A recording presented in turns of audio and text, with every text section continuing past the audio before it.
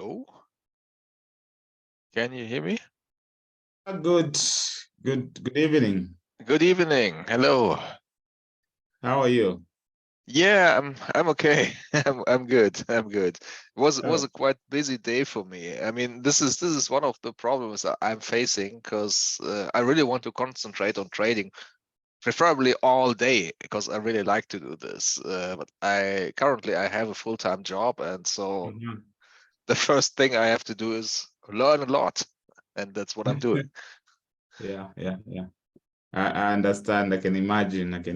Yeah, it's one of those. Yeah, it's really frustrating. I understand, but yeah, with time, I believe you will get to learn, and I believe you quit, since that's Mm. one of your deepest desires is to concentrate on trading. Yeah, that's going to be a possibility. I don't have doubt Uh, about yeah, I could even do this step by step because I could reduce my work hours at first, and then maybe later on when it. I can do some more, then I can go full time. But I mean, at first there has to be some income also by trading, and this is the Yeah, first step that what I need to exactly, be able to do all this. Yeah. exactly.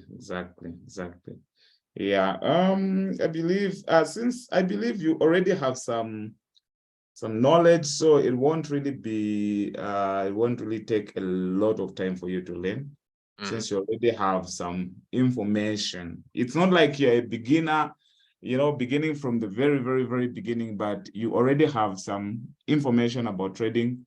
So Yeah, that's it's true. something that is not going to really take you a long time to learn and master. Mm. All what is needed is just for you to put in the work and just believe in the things that you're doing, more especially trading. Believe in what you're doing, your analysis, Mhm. trust your analysis, and keep on repeating, following the system. Yeah, yeah. Yeah, otherwise you'll get there. You'll get there. Mhm. Yeah. So I believe you went through what we discussed last time we had a session. Yes, I did. I did. Okay, and how did you find it? Is it helpful in any way?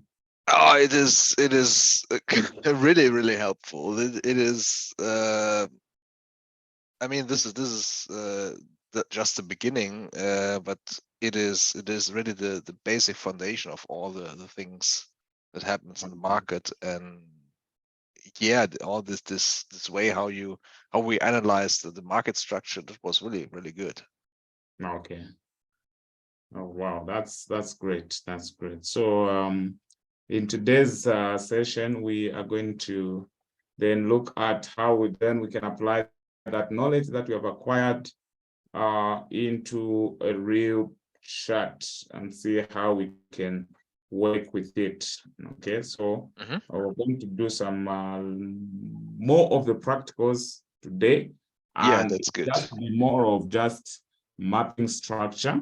All right, Hmm. and yeah, we'll just do market structure identification, just mapping structure, so that we can see how we can effectively do it, looking at maybe different time frames, Hmm. etc. Yeah. So let's finish off on where we ended last time. So we were looking at the market structure, and we began to look at the complex pullback versus just a normal pullback, and also a simple pullback, also versus a deeper pullback. And we also said that for us to validate that this is a deeper pullback, we want to see the market cross, or want to see price cross below the 50% for a buy Yeah. and 50% for a sell. Hmm. When we put our discount versus premium two.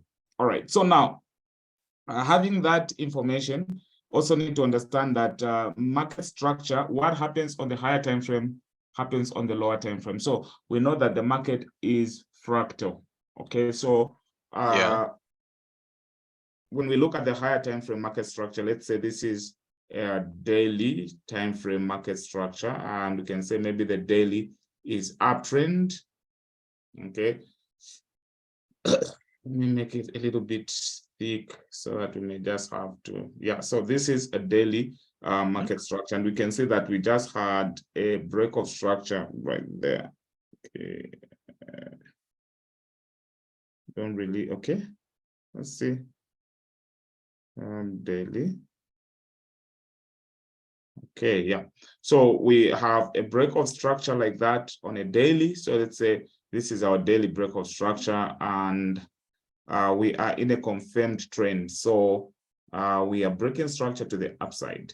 Now, what happens on the higher time frame will still happen on the lower time frame. That's the beauty of market structure. So all you need to know is a higher time frame is you're going to use the higher time frame for perspective, and just know the overall bias of the market. Then you go into the lower time frame and begin to look for maybe your entries as price pulls back into those lower either discount or premium zone. Now on the 4 hours, if we went down on the 4 hours and we looked at the market on the 4 hours, let's say reduce this thickness and then pick a different color, let's say orange. So if we go down on the lower time frame, again, what we're going to begin seeing is that we'll begin seeing something like this. And then price then will begin shifting and it will become bearish again. Although this is just a basic example, it's not always like this. As we know, the market structure sometimes can really be so messy. Yeah, so this is just a basic example of what we can expect the market to do on the lower time frame. So we'll begin to see again lower lows and lower highs until we have a change of character right here, and then price begins to push to the upside. So we have that structure for a 4 hours. So again, whenever we can see that on the higher time frame, daily is uptrend, because what we have on a daily time frame is that we have a low right here, a high right there, and then we have a higher low, then we have a higher high, and then we have a higher low right here, then we have a higher high. So already, like we said, when we go back to our rules of the market structure, we said for us to confirm that this is a trend, we want two highs and two lows. So from here we have first low, second low, first high, second high. So this structure here is a confirmation that the daily is an uptrend. All right, and we said that a trend is a series of highs and lows. So we want to see a series of highs and lows, not just one high, not just one low, but want to see a series of highs and lows for us to validate that a trend has started happening. Now, when the market creates a pullback, now one thing that we need to also understand before I go there is a swing on the higher time frame. Okay, time frame is a trend. Trend on the lower time frame. So a swing on the higher time frame is what? Is a trend on the higher time frame. A swing on the lower time frame is a trend. A swing on the higher time frame is a trend on the lower time frame. So what is a swing? This is a swing right here from this low to that high. That's a swing. Yeah. Right? And from that high, all right, making this pullback, that's another swing. Okay. And from this low going up to create another high, that's a swing. And then from that high, pushing all the way to the downside to go and create a higher low, that's a swing. Okay, so you can see that these swings are what makes a trend. All right, so again, we can put another information right here just to give it more weight to say that a series of swings is a trend. So now when we talk about a trend, we're talking about a series of what? Swings. So this swing, this swing, this swing, this swing, this swing is what is going to create what? Is what is going to create a trend. So we can just say trend right there. All right. So I believe this now is quite clear, and it's very, very, very clear, and it's sound. All right. Yeah, definitely. Okay, great, great. You know why I really want to make sure that you understand market structure, or anyone understands market structure, because it's a secret to everything. All right, because the moment you get it wrong on structure, you get everything wrong. Yeah. Okay. Yeah. So I really try to make it, explain it in all the angles, so that you understand it from every angle. Right. So pardon me if I seem to be making certain repetitions. All right. No, it's absolutely okay. I really like this, and I do have to repeat this several times anyway to get this completely in my mind. So this is very good. Okay. All right. All right. So now what we have is that we have a series of swings which is creating a trend. Now we said that one swing on a higher time frame is a trend on the lower time frame. So from this point here, from this low to that high, it's a swing. But when we go on a lower time frame, what are we going to be seeing? We're going to be seeing a break of structure. So we can call that to be a trend. So we can see that this is, let's say it's a 4-hour trend. So we're going to say break of structure, that's a 4-hour trend. And I mean, that's a 4-hour structure. And also here, that's a 4-hour structure. Okay, now, we are not sure, once the market begins to push to the upside, creating that swing, we aren't sure where the higher high is going to be formed. So you don't have to be so much, trying to catch where the higher high is going to be formed, so that you can get that sniper entry. It's not worth it. Okay. What you just need to do is that, for as long as the lower time frame keeps on giving you those buys, keep on buying the market until you get stopped out. All right, until those buys stop holding or stop working. That's when now you start thinking otherwise, or you start changing your bias. And then now you can now start thinking to say, okay, maybe our higher high has been printed, or it has been set, and now the price wants to start making a pullback.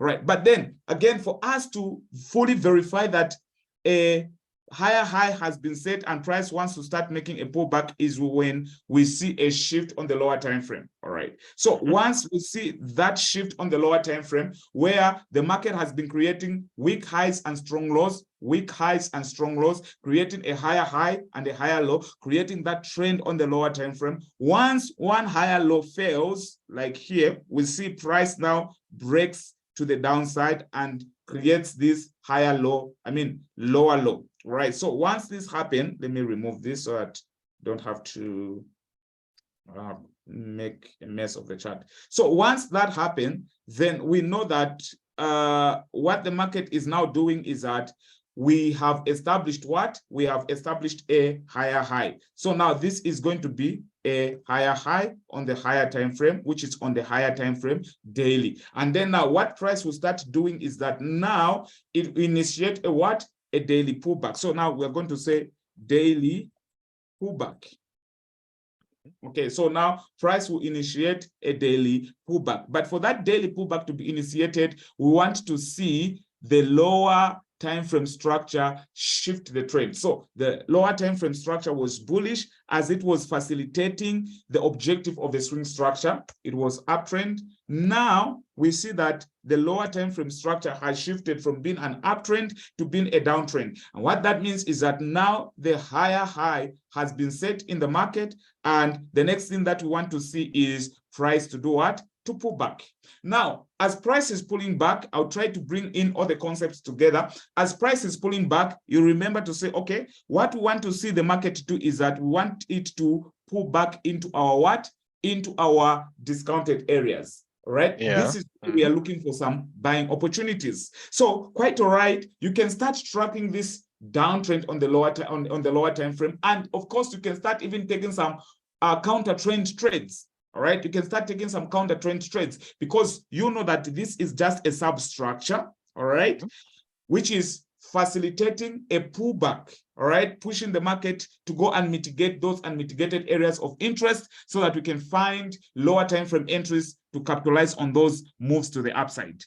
So your target and your goal should be to focus on price coming into these areas. right? Which is the discount. And as we have already stated and established, we buy discount and we sell premium. So in this premium, what we'll be looking for are selling opportunities once we have a change of trend right here. So we'll be looking for selling opportunities to trade the market into the discount zone, where now we'll be looking for buying opportunities to continue with the trend to the upside. Okay. All right. So now after you put in that your premium versus discount too, so let's assume that price has come to an area of interest. Let's say there was a demand right here. All right, and price seems to have mitigated that demand. And you know, with a smart money concept, okay, there are so many entry models that you can use. You can use a Quasimodo, you can use a change of character. Quasimodo and change of character is just the same. It's just one and the same.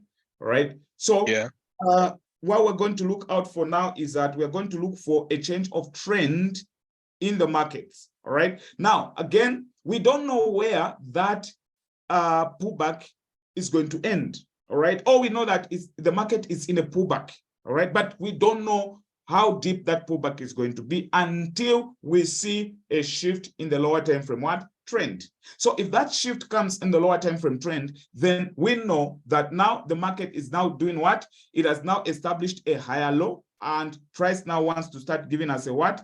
A higher high. All right. So here what we have is we continue tracking our H4 structure to the downside, and price continue breaking structure to the downside. And once we see the shift in the trend where the lower time frame now becomes bullish right here. So we can see that the 4-hour was downtrend.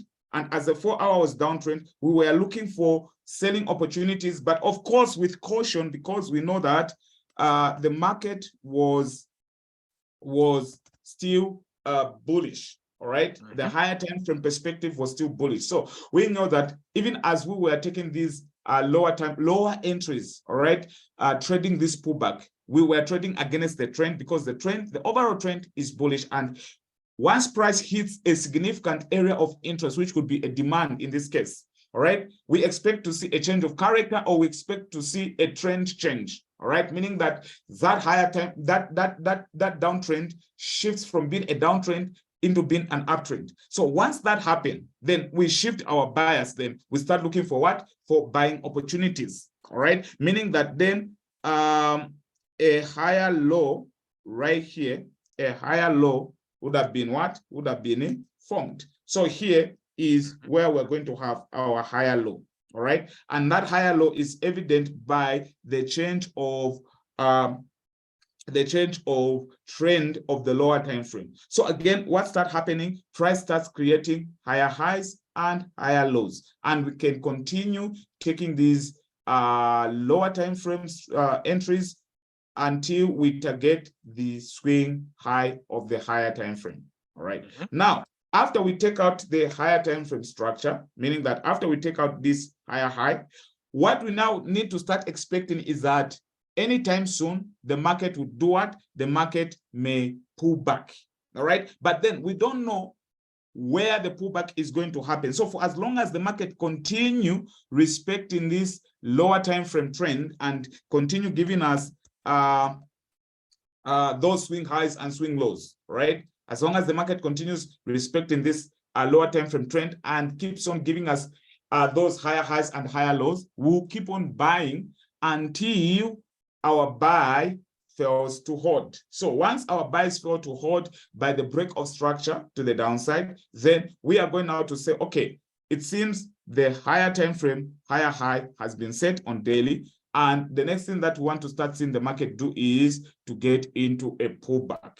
All right. And again, we can take now our gun box, right, and look for where the market is going to come back to, where we can start looking for some buying opportunities. So you take your gun box and you put it right there, and you know that, okay, according to my strategy, I don't buy anything here. I look for some buying opportunities here. All right. So in premium, all right, you'd rather be looking for selling opportunities, meaning that as price is here, you'll be looking to selling the market to the downside, all right, as we trade that pullback on the higher time frame, which is practically a trend on the lower time frame. All right, so until price gets into our discounted zones, and let's say in our discounted zone, we identify a particular area of interest where we think price would, hit and,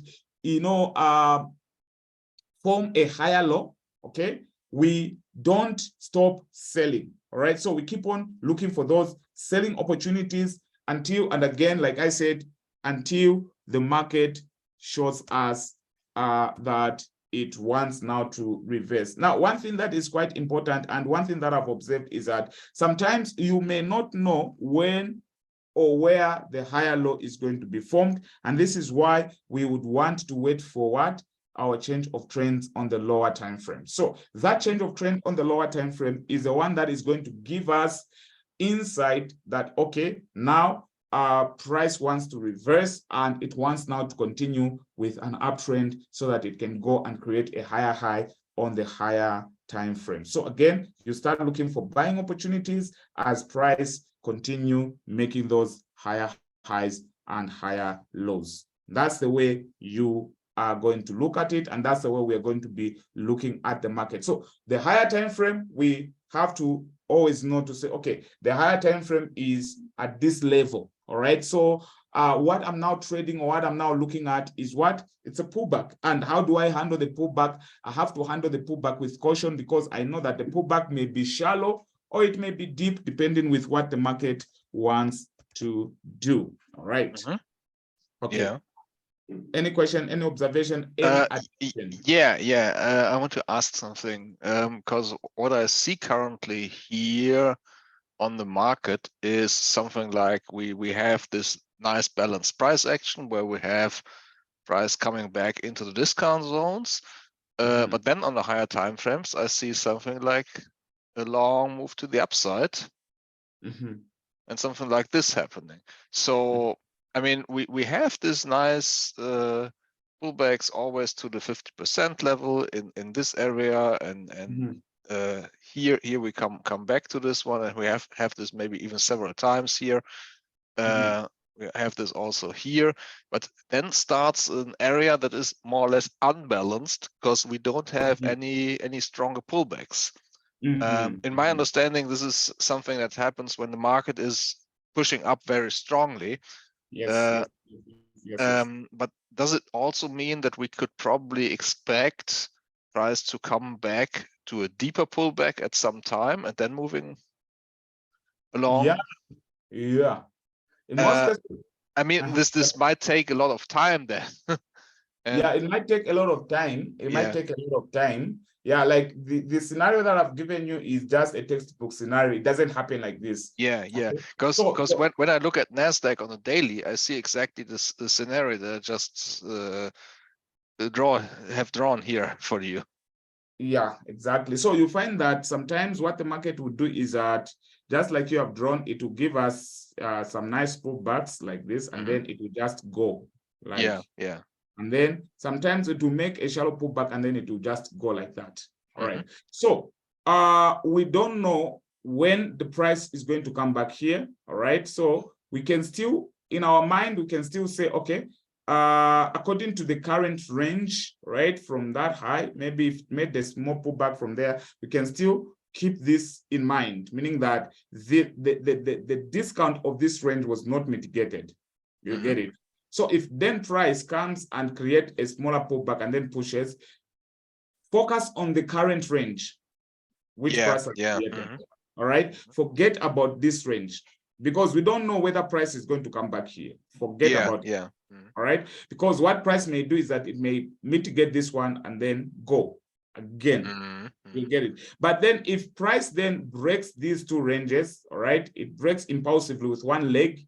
All right, already this move, okay, is unconfirmed, and it could also be a sweep of these lows in order to come deeper into these unmitigated areas and grab some orders, give us a change of character, and price then continue going to the upside. Mhm. Okay, so that can happen. This is why we need to always, whenever price begins to show some kind, okay, I'll explain them, but whenever price begins to show some kind of such behavior, we just have to be very careful with the way we begin to approach the market and accept if we take a loss, because anything at that particular time can happen. But then sometimes looking at Nasdaq being a buyer's market, it may not necessarily go back to those areas which it did not mitigate. Yeah, Because yeah, I understand. the characteristic of the market is a buyer's market. It's a stock, all right? And we know that mostly stocks always push to the upside. So Okay. the bias is always a bit more pushed to the upside at Nasdaq. Exactly. Yeah. So we only see those big or deeper pushes to the downside when there's a negative news.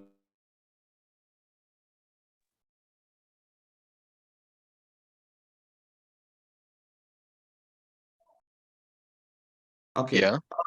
Are you there? Yeah, I'm here. Okay. Yeah. So so like I was saying, we only begin to see those impulsive moves to the downside when there's a negative news somewhere. But otherwise, the natures of the stocks is to buy. That's just the nature. All right. So we're dealing with a market whose nature is a buyer's market. So we expect to even see big impulsive moves, even with smaller retracement. Why? Because buyers want higher prices. You know, a stock is never too high to buy. You get it? It's never too high to be bought. Okay. The more higher it goes, you know, the better it serves all those who have invested in that particular stock. Okay. Yeah, of course. Yeah. So if it gives you a pullback which is small, I'll give you some tools that I use to, you know, just measure the pullback. Know, okay, this pullback is enough for my 15-minute structure. Is it enough for my 4-hour structure? Is it enough for my daily structure? We'll show you all those things because we'll be getting into the chart soon. So we need to qualify our pullbacks, etc., etc. All right. So any questions on this one apart from what No, that's okay. All right. Okay, so now let's look at what will happen. So again, like I said, as a swing on the higher time frame is a trend on the lower time frame. All right. So meaning that even when you look at this 4-hour, all right, from here to there, it's gonna be a swing, right? Yeah, so that's a swing. And then from there to here, it's gonna be a swing as well.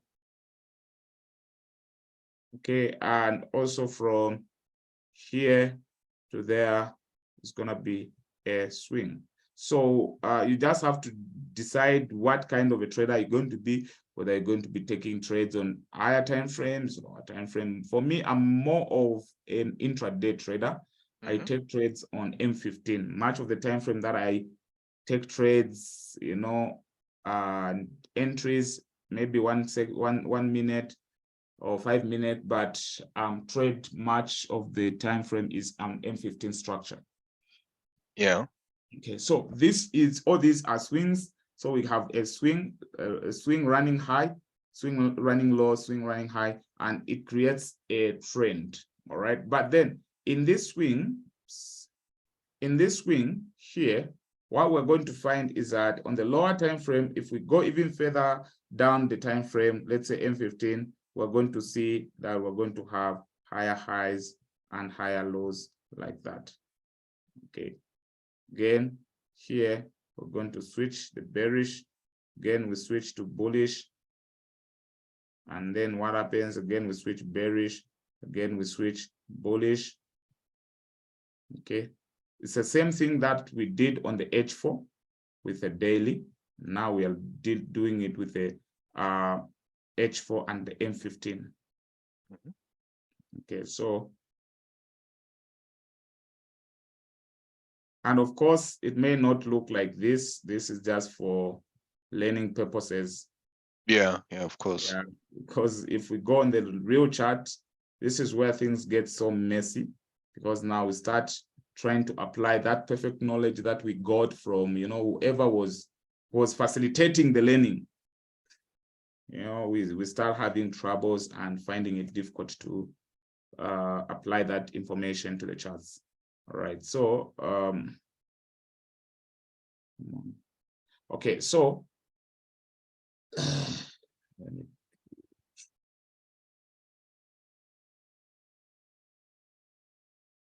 let me remove this.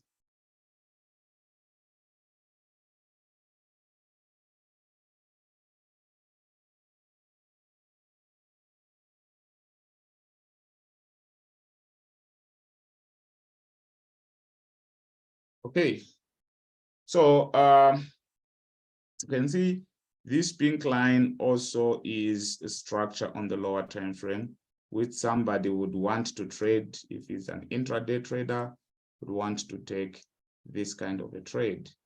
And whenever the market begins to change structure, it will start on the lower time frame, and then now it will now continue maybe and affect the higher time frame structure. So a change of trend on the lower time frame does not necessarily mean that the higher time frame trend is going to change, right? So but a higher time frame trend change will always begin with a lower time frame trend. Okay, but a lower time frame trend change will not necessarily mean that even the higher time frame trend is going to change. Okay, so those are some of the most important statements that you can just understand and know, so that you don't have to look at the lower time frame trend change and now assume that the higher time frame trend is also going to change. Okay, so lower time frame trend can change many times, but the higher time frame trend will still remain intact and will still remain the same. So this is our M15 structure, and as we can see, we are having a lot of market trend change. You can see how many times price changed. All right, but we see that the M15 was bullish, it became bearish, then it became bullish, then it became bearish, then it became bullish, but the daily was still bullish and the 4 hours was still bullish. You see, so the lower you go in the time frame, the more you find that the market will just begin to shift. You see, the market will shift here, it will shift there, and it will do a different things. But also, one thing that is common is that whenever price creates a higher high, it has to do so with a change of character right there, change of character to signify that a swing leg has come to an end and the pullback is beginning, and also a change of character to signify that a pullback has come to an end and a swing leg has begun. Again, here, change of character to signify that a swing high on 4 hours has been set and a pullback is now about to begin, which then leads to a trend change on 4 hours. Again, we can see we have a change of character signifying that a lower low has been set, and now a pullback on 4 hours will be will start forming. Then again, here we have a change of character, as you can see, to signify that the lower high on 4 hours has been set, and now the bearish trend will continue to the downside, or the bearish move will continue to the downside. The swing leg of the 4 hours will continue to the downside. Again, here we have a change of character. All right. Now, as we are still looking at the multiple time frame market structure, let me bring in the concept of the change of character. All right.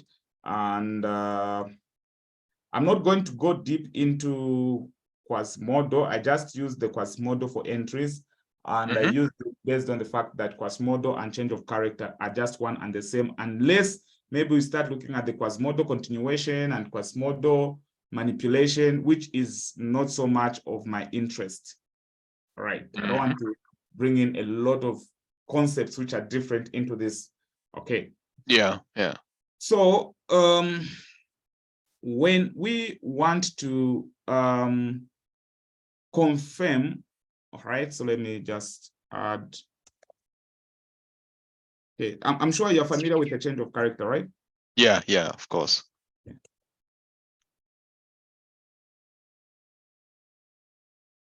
Okay, so a change of character is an early signal that a trend is going to change. All right, it's just that early signal that you get about a trend change. Okay, that's the change of character. It's a change of trend of a smaller time frame market structure. That's just a change of character. Now, again, change of character can also be a source of what? It can also be a source of deception when it happens on the market. So we need to look at specific areas where we need to look for the change of character, meaning that we don't have to look for a change of character anywhere in the market except on maybe specified areas. So the first area that we need to look out for, so the valid change of character, I'm going to write something here, say the valid change of character is the valid change of character is when it happens in a discount or premium zone. Number one. All right, so it has to happen premium discount on premium zone. Let me do this, is when, okay, so yes, you can say when it happens in a discount or premium zone. That is one we look for a valid. Then number two, it happens on a properly priced zone, and this could be S and D, or S, D, which is supply and demand. Then number three, also it happens after a sweep of liquidity. All right, so these are the only three factors that you should look for when you are trying to validate the change of character. All right, so the first thing is it has to happen in a discount or premium zone. It has to happen on a properly priced zone, which is the supply and demand. And then it has to happen after a sweep of liquidity. All right, which means that any change of character that does not conform with these standards here, all right, more especially the first one, is a fake change of character. All right, and excuse me, and sometimes what may happen is that price can be pushing to the upside. It creates that high, then it creates the higher low. All right, then we see price pushes to the upside and then begins to create a pullback. All right, let me just end here. Okay, so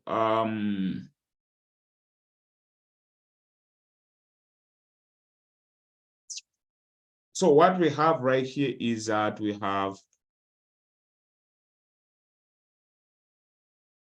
okay, so we have a breakout structure right here. Let's say it's either on the daily or 4 hours or whatever time frame that we are looking at. And then we have a minor breakout structure right here. So this could be our internal structure, all right, or our lower time frame structure, which we can call maybe not necessarily the 1 hour, but which we can call just IBOS, which is internal breakout structure. And then we break to the downside, giving us what? A change of character. So this change of character, it shows that price has done what? Wants now to start creating a pullback. Then we get our gun box, then we pull it, find our discount versus premium, all right? And then we wait for price to do what? To come into this area. So now sometimes what the market may do is that as price is coming into this area, right, it can give us a pullback, then price does this. All right. So again, what we begin to see is what? A change of character. Because now this is IBOS, which is internal breakout structure. And then now you have another change of character, which is COH. All right. Now, this change of character, quite all right. It might even have run liquidity. Maybe it may have run. Maybe these could have been equal lows. Let's say these were equal lows, right? Let's say equal lows like this. Okay. And we may have seen that price has run what? The liquidity down there, right? Price has run this liquidity and it qualifies to be a change of character. But then okay, so this one has not been respected. Yes, we have run liquidity, but even this one has not been respected. So you don't have to take this as your entry. Why? Because it's not falling in your plan. All right, quite all right. Price may even do what? May even pull back, give you a very nice entry, and continue creating those highs. You understand? Continue creating those highs because no one can really control the market or determine where the market is going to go next. No one, right? Only those guys that have got money are the ones that really care how they push the market. All right, so the fact that we have this kind of a move right here, and we had this change of character right here, does not then make this to be a kind of a trade that you'd want to go for, right? Why? Because it's happening in the wrong zone, right? It's happening in the wrong zone. Okay, so even if price came to a demand zone, let's say there was a continuation, let's say a rally-based rally right here, and there was that continuation right here, okay? And you say, okay, but there was a nice demand that I saw, right? There was a nice demand that I saw. This would have given me some nice moves, more especially it's Nasdaq, it has done this. So, but wow, that was a nice move. That was a huge move. I missed this move. I would have taken advantage of it. The next time it happens, it may not necessarily give you this move. You get it?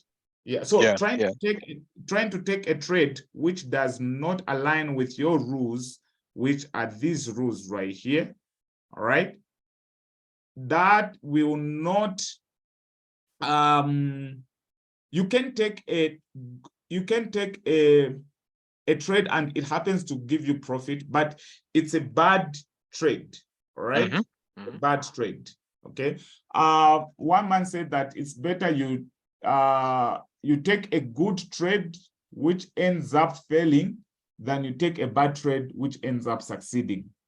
Yeah. So I've come to learn a lot that looking for a good trade which fails is much safer and much better because it fulfilled all my requirements on my trading plan. Rather than I take a bad trade which ends up being a profitable trade, what that is going to create in my mind is, okay, so next time I say that it will make me break my rules. Exactly. In the end, I will start gambling. So it's better you respect your rules. If that happens, let it go. There's plenty of opportunities in the market. You are going to catch another trade. Let it go. There are plenty of opportunities in the market. Why? Because sometimes, sometimes this may not always be the case. What price may do is that it may induce early buyers come right here. So early buyers are jumping into the market. Then what does price do? It breaks that change of character, because I've seen in most cases, price will give us a change of character, then it goes and breaks that change of character and maintain a downtrend momentum, then hits a very nice zone, maybe even create some form of liquidity right here. And then they may come and run that liquidity, then push the upside and then come down here and give us that move now that we were waiting for. So what we need is price, a zone that is properly priced. So a zone that is properly priced. So a zone right here would be a zone that now I'll be more interested to looking for some buying opportunities. And you can see here, we may even have this grab of liquidity down here. And after we have grabbed that liquidity and we now break change of character right here. For me, this is how I mark my change of character. All right. I always look for how do I say it? I mark my change of character based on structure. All right. So I know there are those others that would look at this to be the change of character. They'll say this is the change of character. Yeah, for me, as long as this, it's a high, right? It's a high that took out the low. And you may be correct by marking it as your change of character. But for me, I don't see it as a significant high. Why? Because the true high that ended up taking the low was this one. All right. So this was part of that internal structure that failed to happen, that failed to work. All right. So in as much as you can consider this to be the change of character, it's okay. All right. But for me, I'll consider this to be my change of character. Why? Because if you look at it very carefully, this is where we had the pullback, created that lower high. Yeah. This took out this liquidity here, then price ran up, took out that high, then we have a valid change of character. Yeah, so it's quite important to see which one is the internal structure and which one is the real structure, because this move is like this. Exactly. Yeah. This is sometimes can get a bit confusing. Yeah, exactly. And I've observed as I've watched others, they'll consider that as a change of character, which to me it's okay, according to their strategy, it's fine. It's fine to look at the market in that way. But I'm not going to buy it based on the understanding of market structure, which I have. Yeah. I mean, in this case, I think it does not matter that much because the real change of character is happening here, so it breaks these two highs anyway. But when you just have a pullback that looks like this, then it can be a bit difficult because you want to see this area here being broken. Exactly. That's the thing. All right, so that's how we are going to look at the change of character. So we don't have to follow this. All right, we need to look for something within these areas. Okay. Those are the change of characters that we need to look out for. Now, before we get to the chart and now look at the real thing, how we're going to map the structure, let me just give you now the points. Now, these are points. They are not standard. They're just for me. Okay. And obviously, if you find them to be, worthy of considering, but they've been helping me a lot, and they've been the ones that have helped me to become consistent as a trader and just to know how to map my structure so that I'm always on the right side of the market. Okay, so when I'm looking at the daily structure, okay, I can even go up to maybe a weekly structure. I always go to a weekly structure, but weekly structure is obvious, right? The structure is quite obvious. So when I start looking at the daily structure, all right, daily structure, the amount of points that I want to see the market make in pullback. Okay, let me just first write them. So I want at least 300 points and above. Okay, 300 points and above. Then I'll come to H4 structure. What do you mean with this 300 points exactly? I'll explain. I want to see 200 points and above. Okay, then need to put 200 and above. H1, because sometimes I'll use H1 structure. I want to see 150 points and above. This is Nasdaq. So it only applies to Nasdaq, maybe with US 30, but much I've tested so much on Nasdaq.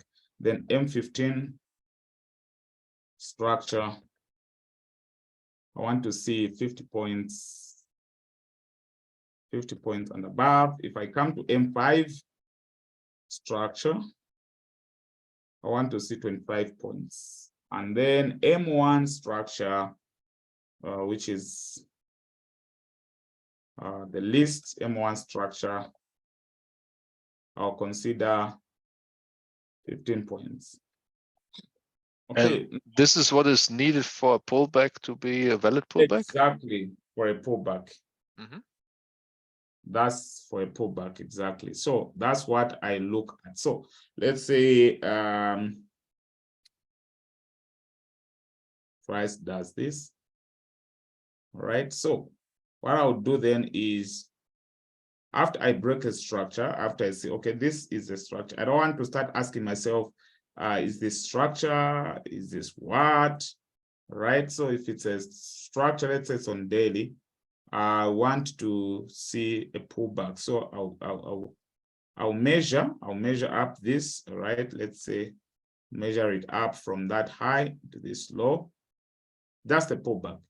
And if I see that it's above 500, so you can see it's above 300, 597 points, then I'll take it as a daily structure on daily, if I'm looking at the daily time frame. Okay, so if this is a daily time frame, then I'll take that as a daily structure. All right, so even if the next structure, the market does this and pushes to the upside, all right, I don't have to start asking myself to say, is this a minor structure or what is it? I don't want to omit anything. All right, so before I mark it as a daily structure, I'll have to measure it and say, okay, how much is it in pullback? All right, so from that high to this low down here. All right, so it's 344. Okay, so I'll look at my daily structure, 300 points. 300 points is too big. Okay, so I'll say, okay, it's okay. It qualifies to be my daily structure.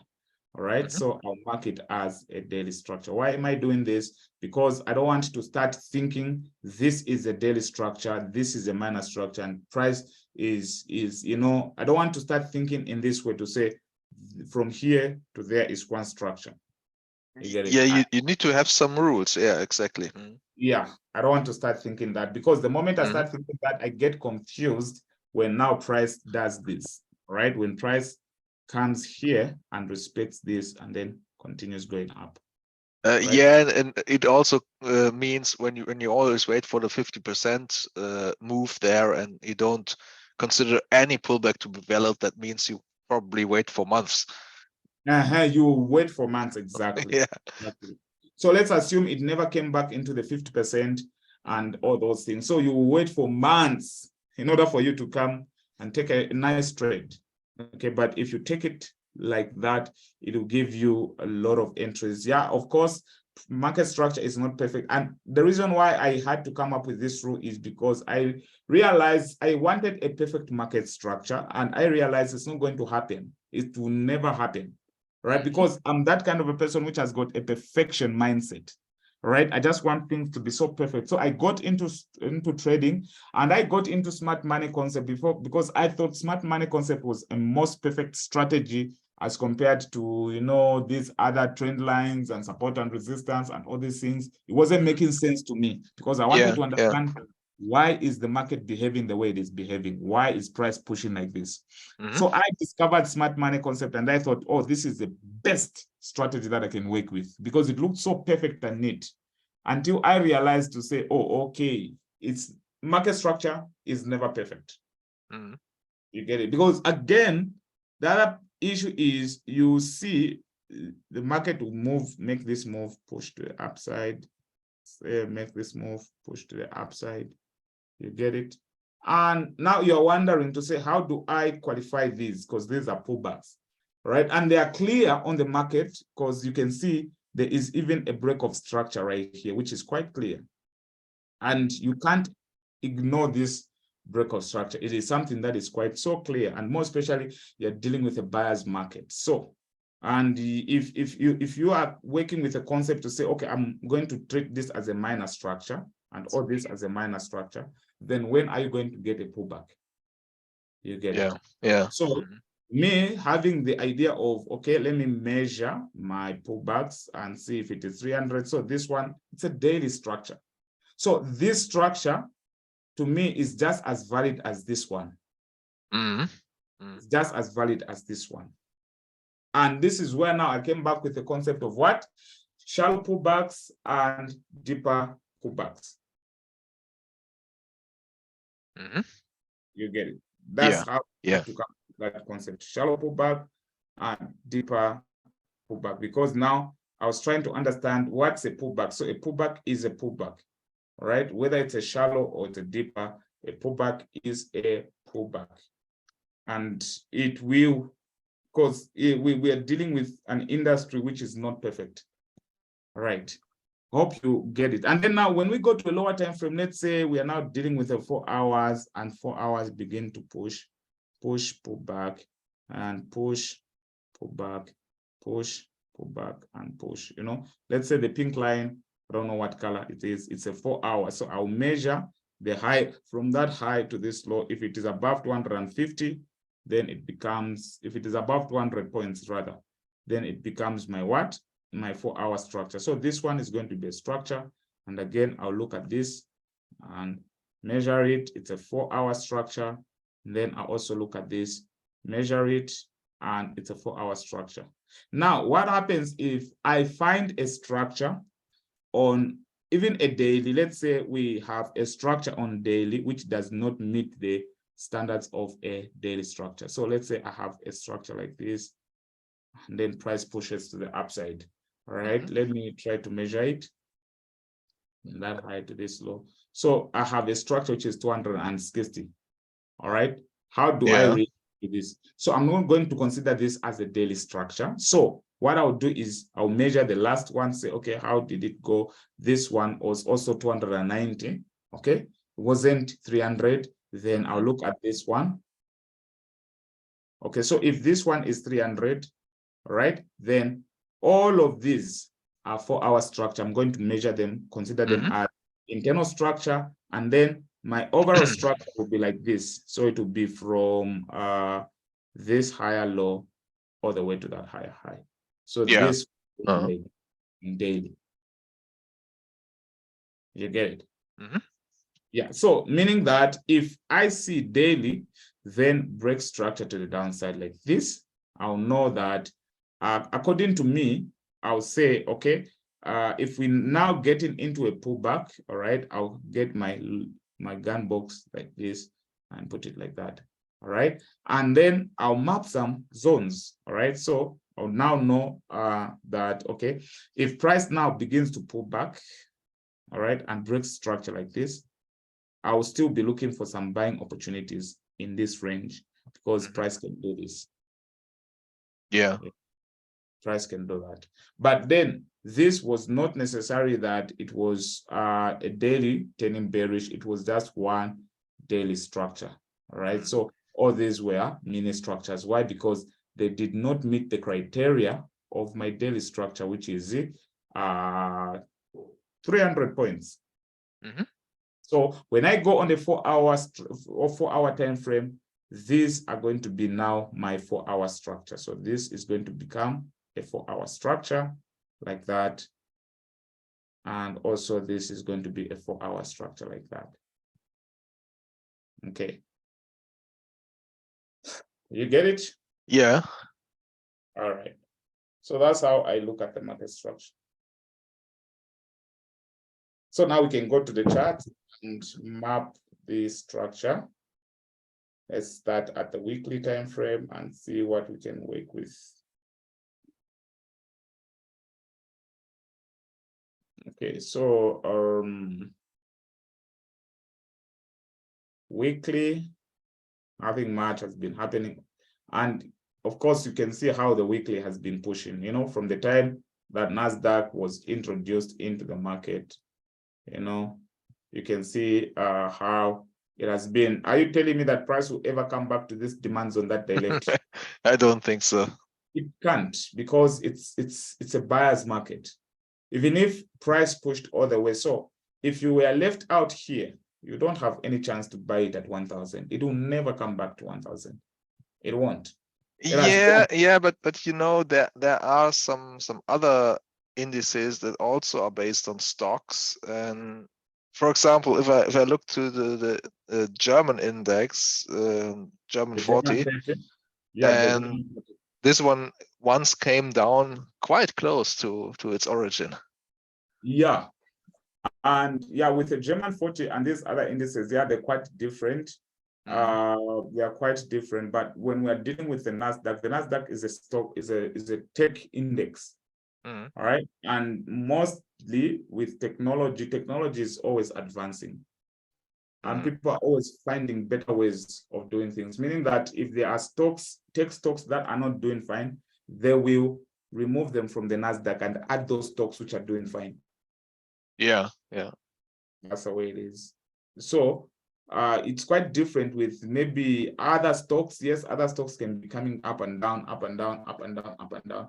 But when it comes to this index, from the time I started trading it, the only time we have been in this depth is because of inflation. COVID is what brought about this, right? Yeah. Because Yeah. the time COVID happened, that was somewhere here. COVID happened. You can see this big drop. COVID happened. And then what did Trump start doing? He started reducing the interest rate.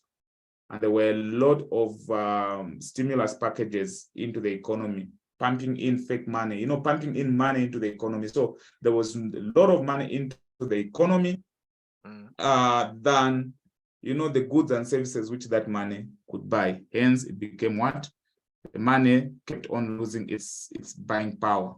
All right. So kept on pushing in, pumping in money. Biden came in, continued with the stimulus packages until now they realize that, oh, okay, the dollar has become useless compared to the goods and services that it could purchase. What do we do? Here, we started having issues with Ukraine war and Russia. That's when now the market started dropping again. All right. Combined with inflation, because inflation was very high, somewhere about 2 to 3, 4%. Inflation, it even went up to 5%, the CPI, Consumer Price Index. And what started happening? In trying to keep inflation, all right, trying to fight inflation, right, trying to raise interest rates and all those things, markets started dropping, even though at the moment, what is pumping this is they're saying, okay, the inflation now is a little bit easy, all right? So they may go easy on the interest rate, but also the other thing that has been pushing this is the race for AI and also this quantum computing thing. So again, you see, in as much as the economy has not yet settled, but you can see that there are other factors in the technology industry which will still push the Nasdaq to the upside. Yeah. So that's that. Okay, so do we mark something up on the weekly? Yeah, we have to mark something up on the weekly. I was just trying to explain something because you brought up a certain Yeah. It was quite valid. So we can even start here. We break structure to the upside, and after we break structure to the upside, price pushed all the way, and we came here. So for weekly, I consider even 500 and above. Right? I don't want to be so strict with the weekly. All right. I don't want to really be so strict with the weekly. So I'm too loose. Like I said, weekly, I'm very much loose. So I'll just consider these peaks, these highs, because in the end, we're not going to be trading the weekly structure. All right. So I'm going to be a little bit loose when it comes to mapping the weekly structure, because again, what you're going to realize is that the weekly and the daily will look almost the same once we move down to the daily. So find that most of these zones that we're marking as weekly, most of these highs that we are marking as weekly, they'll also appear to be daily highs and lows. Yeah. So That's what we can see on weekly. So weekly, we have been bullish until we became bearish right here. Became bearish. Then after we became bearish, what happened? To the downside, then put back. And then the other thing that I just forgot to share is that for me, a break of structure, I consider a close of a candle, right? Not just a week. So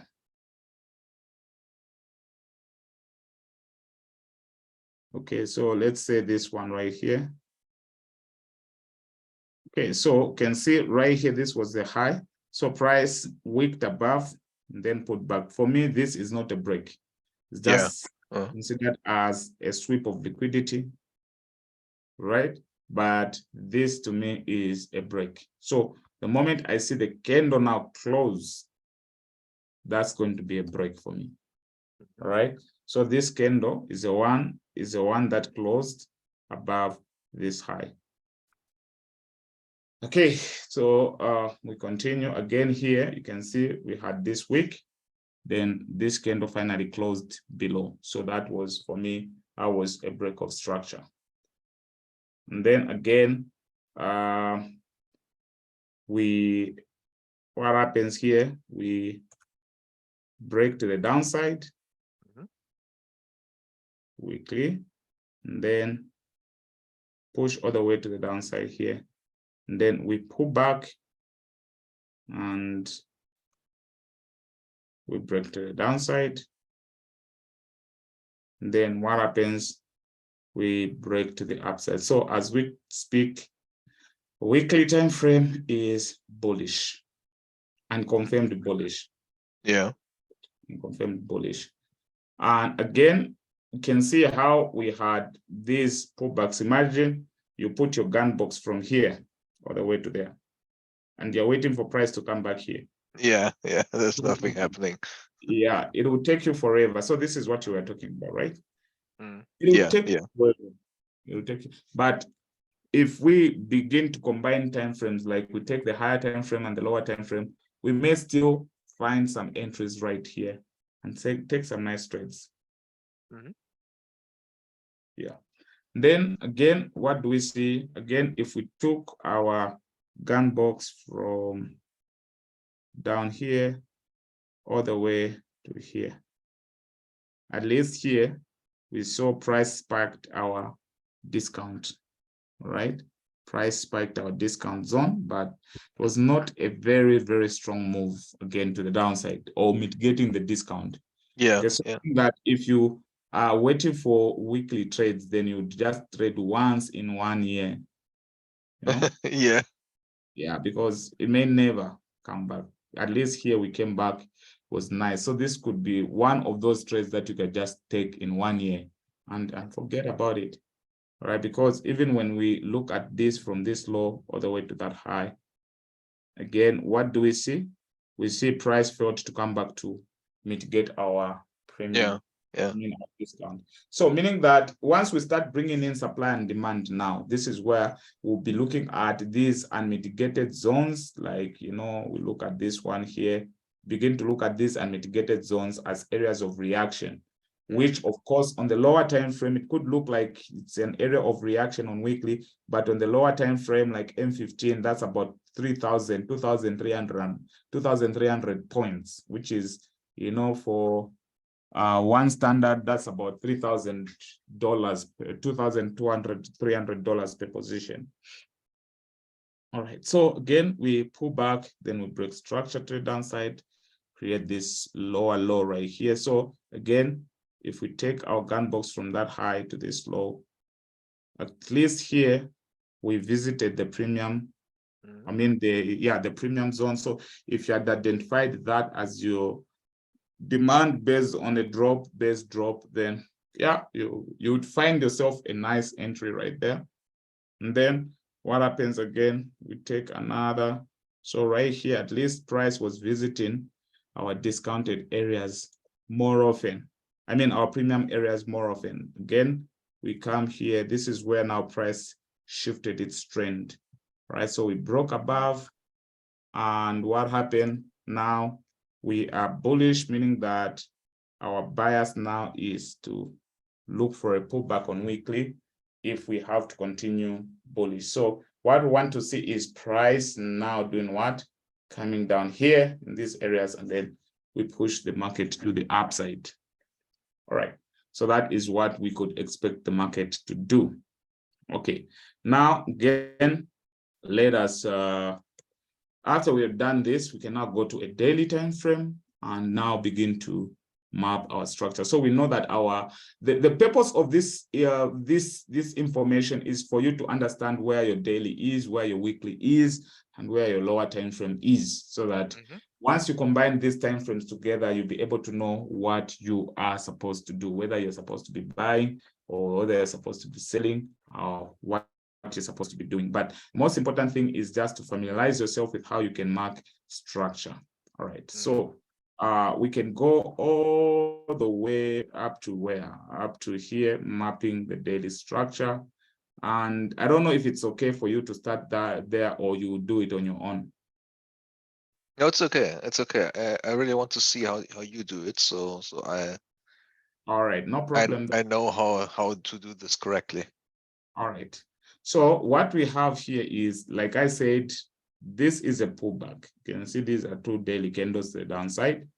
And if I ignore this to be it's nothing, then I'll be missing out on a lot of things. So the only thing that I have to do is to measure it and see if it's what? It's a pullback. So it's 353 points, which is okay for my daily. Right? 300 points is quite so big, you know, it's quite so big. How many? I researched somewhere that 1 point is equal to 10 pips. So meaning that 300 points is equal to 3,000 pips in currencies. Yeah, so you can see that from here, this is where we created the high, then we pushed all the way to the downside, created the low. So now if we bring in the gun box from that high all the way to this low, you can see price came back to our premium zone. All right, mitigated this week, and then price continued pushing to the downside. Okay, so we had another break of structure to the downside like that on daily. So daily is now downtrend. So what does that mean? Daily is downtrend. It's facilitating a weekly pullback, all right? Because weekly, obviously, it's the uptrend. So now daily is downtrend, facilitating a weekly pullback. Now, you find in a situation where you have this one candle, which is a buy, and then you have this push to the downside.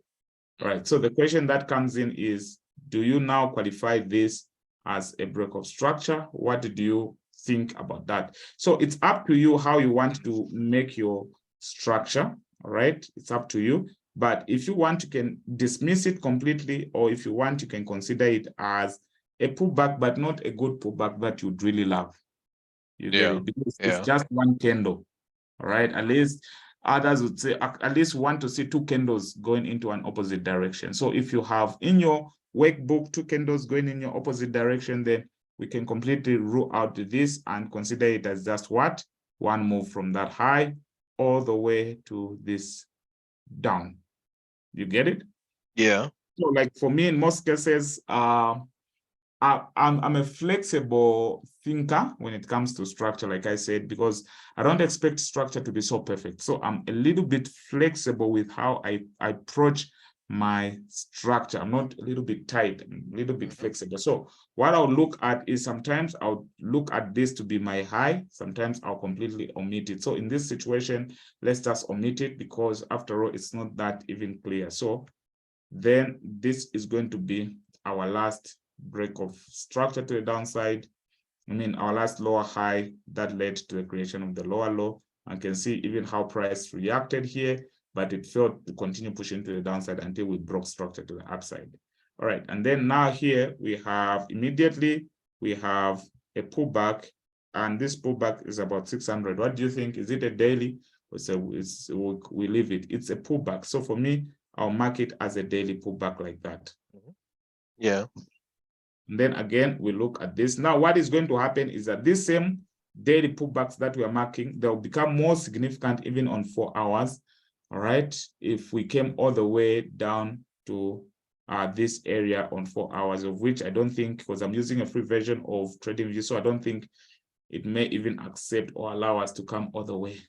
All right, so we have a push to the upside, and we have this high all the way to this low, okay, which may not seem to be good, but based on the structure that I look at, I'll still consider it as a daily structure. So now you can see if we start putting our gun box, all right, from down here all the way to that high, we can say that we never had any trade, right? Because price never came back to our what? To our discounted zone. But if we took this range right here and that range, you'd see that you could get yourself a trade right here because price indeed came back to our discount zone, right? And again, if you took your gun box from this low to that high, again, you'd find yourself landing yourself a trade because price indeed put back into our discount zone, and could even go to a lower time frame for some entries again for our discount all the way. I mean, our gun box from this low to that high would find ourselves a nice trade. Okay, and I think that even becoming more easier on daily. So here we have another break of structure. That's a break of structure on daily. I don't even have to measure this because it's quite significant that this is above 300 points. Yeah. Yeah. I think the next one also. Yeah, even the next one also is above 300 points. So if we put a gun box, of course, we would find some nice buying opportunities. All right. Okay, so we break structure again to the upside. And then what happens? Price pushes all the way, creates this high.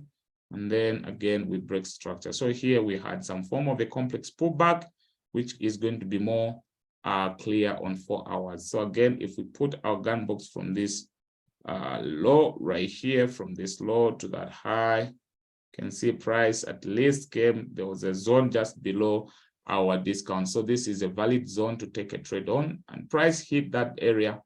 Then what happened? Price pushed to the upside, which was nice. Again, let's look at this area right here. It's valid, right? Okay, so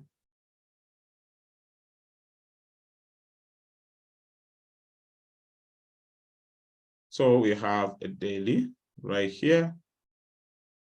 And then what happens again? We can see now here we become unconfirmed bearish. Like we said, for us to have a trend, we need a confirmation, right?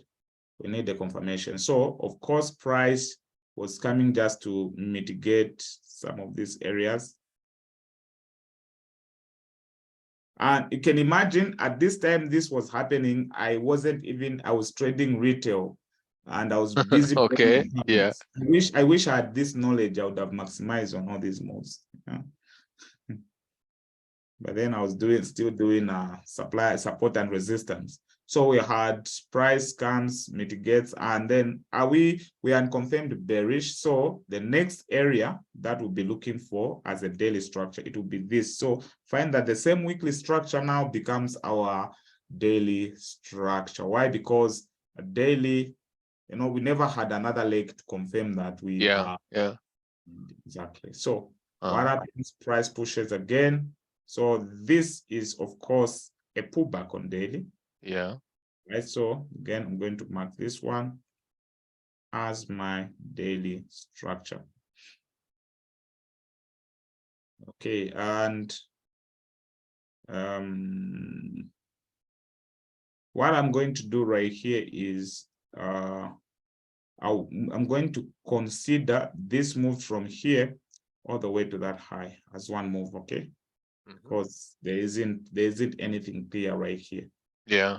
So this is where we have another break of structure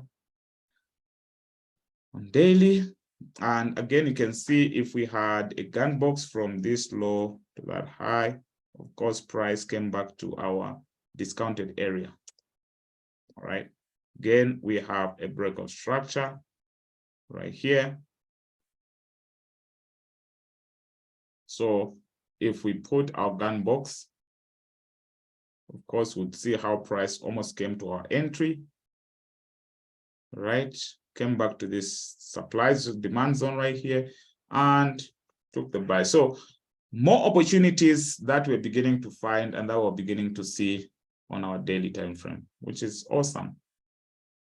And then what happened? We then become again, where we confirmed, we become unconfirmed bearish. So again, if we become unconfirmed bearish, then the higher time frame structure, because now this was signifying that a weekly pullback has begun, right? So even here, it was signifying that a weekly pullback has begun, all right?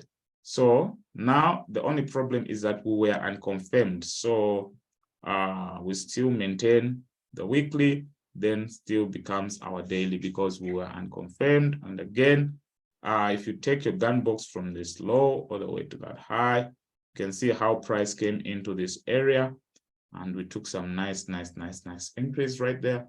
Then price began to push the upside. Again, this weekly becomes our daily structure. Okay, again, continue pushing. So what happens? Price pushes all the way, creates that high, then we have a pullback right here.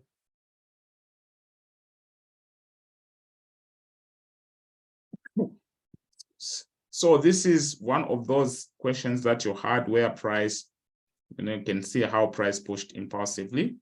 And then it makes a pullback, normal pullback. So if you rule out this one to say, this is not structure, then you're going to miss out on the next move that is going to happen because price, of course, you're going to miss out on the next move because price, of course, is going to give you some nice opportunity into your discount. Right here, these wicks acted as demand and price bought off from there, pushed to the upside. All right, so again, what do we see? Let's see first before. Okay, so this was a structure on its own. This was structure on its own. All right, and also this one was structure, but here we never had a break of structure. We only had a sweep.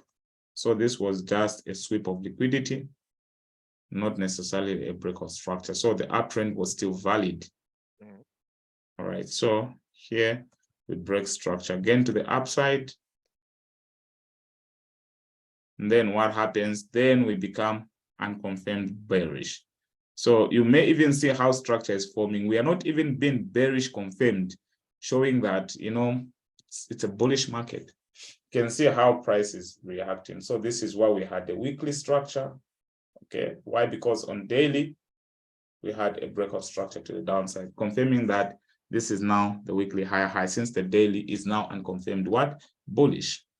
And of course, price took two lows. You can see it took this low. It also took this low. And even if it takes two lows, doesn't matter as long as it is just one move, right? As long as it's one move, right, you can still look for an area for entry. And this is where price came and reversed from. So you can see that again, we had all this daily structure right here. Daily structure, then we had a pullback, then we break structure to the upside. And then what happens? Then price decides to break structure to the downside. Then after, now this is a weekly high, then price now is in a pullback. So you can see we pull back, all right, into our premium zone. So if we took our gun box from that high to this low, you can see price put back into our premium, nice area to sell, though it was unconfirmed. So, but of course it's a daily, so we look for lower time frame entries. So now here we break structure on daily. We are now confirmed. Now what is happening here is, again, I don't consider this weak. This was just a sweep of liquidity. So my break came here. All right, so from that high, all the way to this low. It is my daily what? My daily structure. So now daily we are bearish. And what are we going to be looking for? Looking for selling opportunities. All right. So again, we can consider taking our gun box from that high all the way to this low down here, and see price, of course, visited our premium zone a bit. And we could have taken a nice sell right there. And of course, this is not structure here, because this low, you can see these candles never closed below this low. All right. Ah, So, yeah, yeah. yeah, so let me just show it so you can see right here. I'm not going to consider this as structure, but rather just liquidity, right? And so the move was from that high all the way to this low, right? And then we had a pullback. Okay, so again, if we take our gun box on daily, you can see that price came to our premium zone, and there we took a selling opportunity. And then this is where now we broke our daily structure. Daily structure, all right? So from that high all the way to this low, it's going to be one daily structure, all right? I know we can take this, because this is about 800 points. And anyway, let's take it so that we don't have to go overcomplicate things. So we have a daily breakout structure right here, because at least we have 3 candles moving in an opposite direction. So it's a breakout structure on daily. Then from there, we can get even our gun box right here and push it all the way to the downside. You can see how price came into our premium zone, right? And that's where the selling opportunity came. But on the previous leg, nothing happened. Price never visited that, all right? So you can't completely overrule this pullback and say it's not a pullback. It's structure, right? It's just that it's not that kind of a structure which you would like. But of course, on 4 hours, you would still be looking for some trading opportunities, because this was one of those trades that I took a sell on 4 hours, and it melted very, very, very, very nicely. Yeah. So let's see here. We never had a breakout structure. You can see maybe on 4 hours it is structure, but on daily it's not. And then what happens? We break. So now we are unconfirmed bullish, close right there. And then what happened for me? I looked at this because we had 3 candles going in an opposite direction. So that was structure for me on daily. So I considered this to be a break of structure on daily, and also for the fact that we had 400 points. Okay, so then after we created that high, then weekly pullback has come to an end. Now we want to start pushing to the downside. So price pushes, and let's see this one. That's 397. It's a daily structure. All right, but it's going to be more clear on what? On 4 hours, but we can just consider it as a daily structure. And again, we see if we put our gun box right here, you'd see that price did not come back to our premium. That's one of those shallow pullbacks. Let's check this one. This one we had a nice sell, because price at least came into our premium zone and would look for, let's say, what do we call this? Would look for a mitigation zone. A mitigation zone right there, and take some entries. Okay, so we have a breakout structure to the downside, and then we also break structure right here, and then price continues pushing to the downside, creates this lower low, then lower high right there. So that was our daily structure. And then from here, we then break structure to the upside.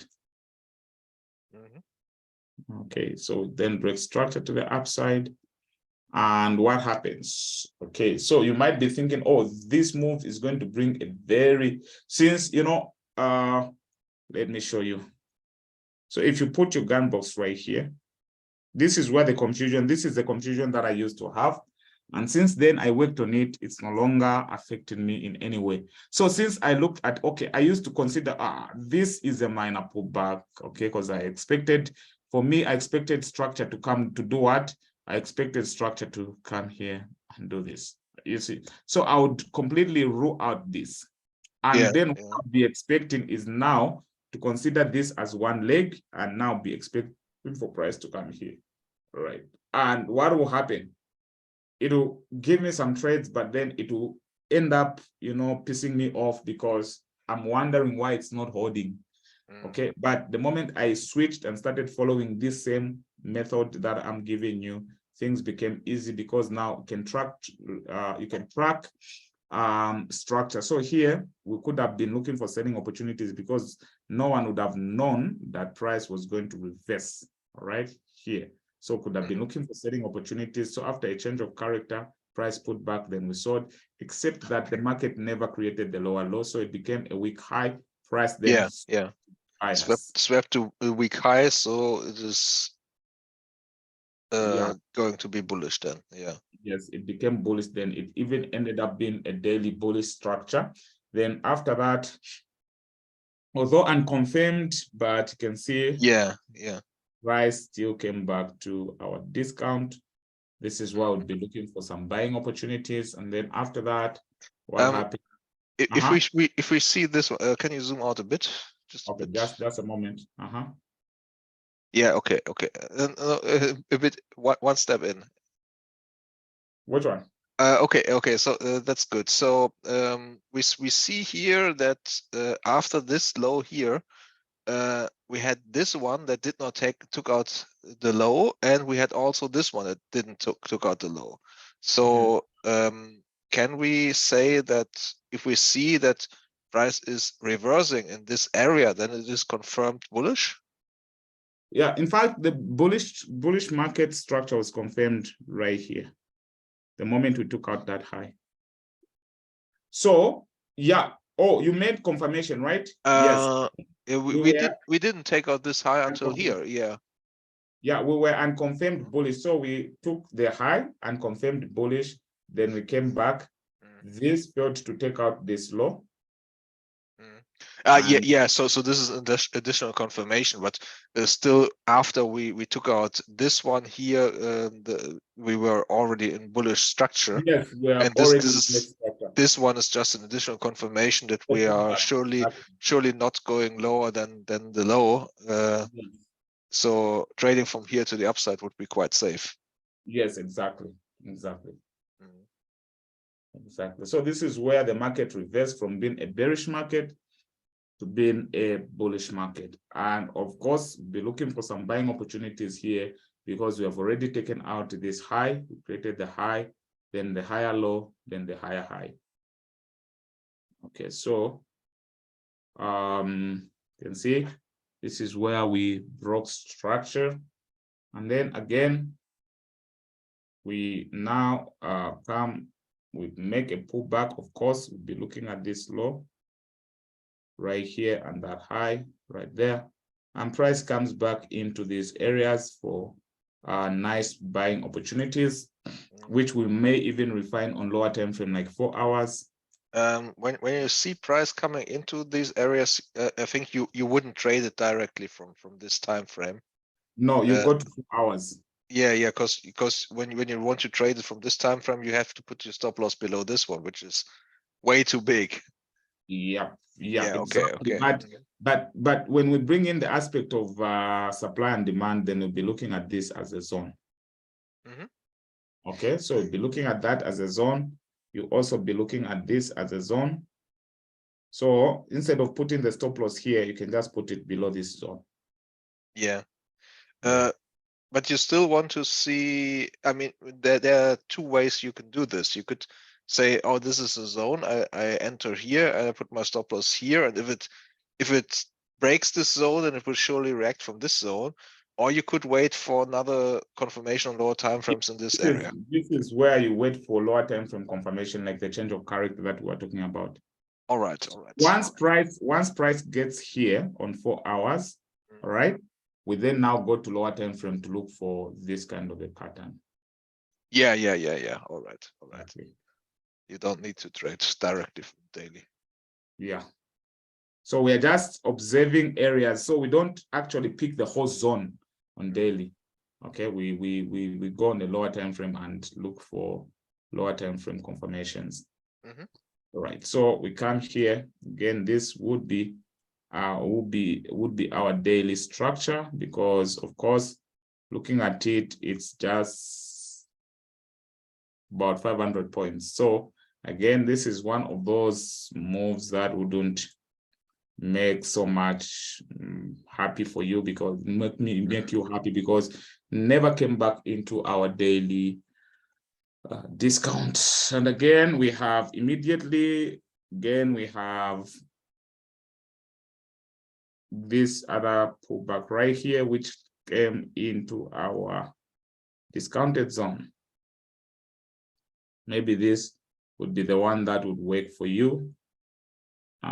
Yeah, it did.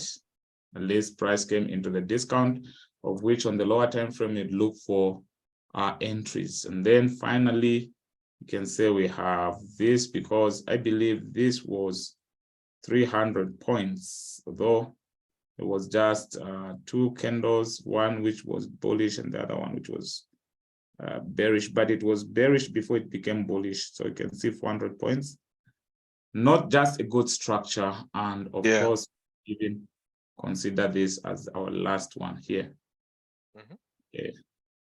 So now that we have this is where now on daily, we've been looking for price to come back into our discount, which it did, then price pushed to the upside. All right, so now daily, we are done, and we can go all the way to the lower time frame and beginning to apply now the 4 hour on the daily. All right, so we're applying the daily on the weekly. Now we can apply the 4 hour on the daily.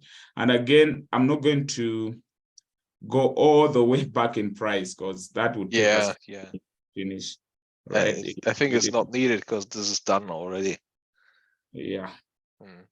So it would take us forever, but you can see that move that I was telling you that it was a nice sell. It's this one right here. Okay, so on 4 hours, you can see break of structure, pullback, push to the downside, break of structure, pullback, push to the downside, break of structure, manipulated the high a little bit, but again, still held and pushed to the downside. Okay, created a lower low, lower high 4 hour, push to the downside, put back into that area, then continued pushing to the downside until 4 hours, we became bullish right here. So we can just maybe begin our 4 hour structure where we can begin our H4 structure right here.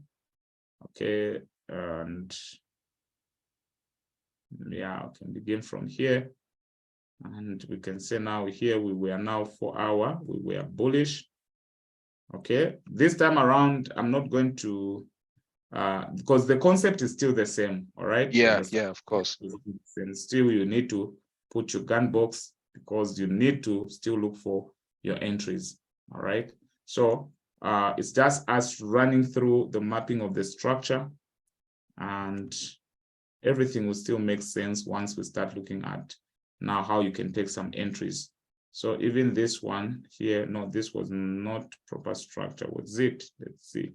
Let me check. Okay, it was. So we broke structure to the upside on 4 hours. And let's check if this was, let me do this. Okay, just measure. Okay. Yeah, so it is 4 hour structure, it is okay. And then 4 hour, we became bearish. And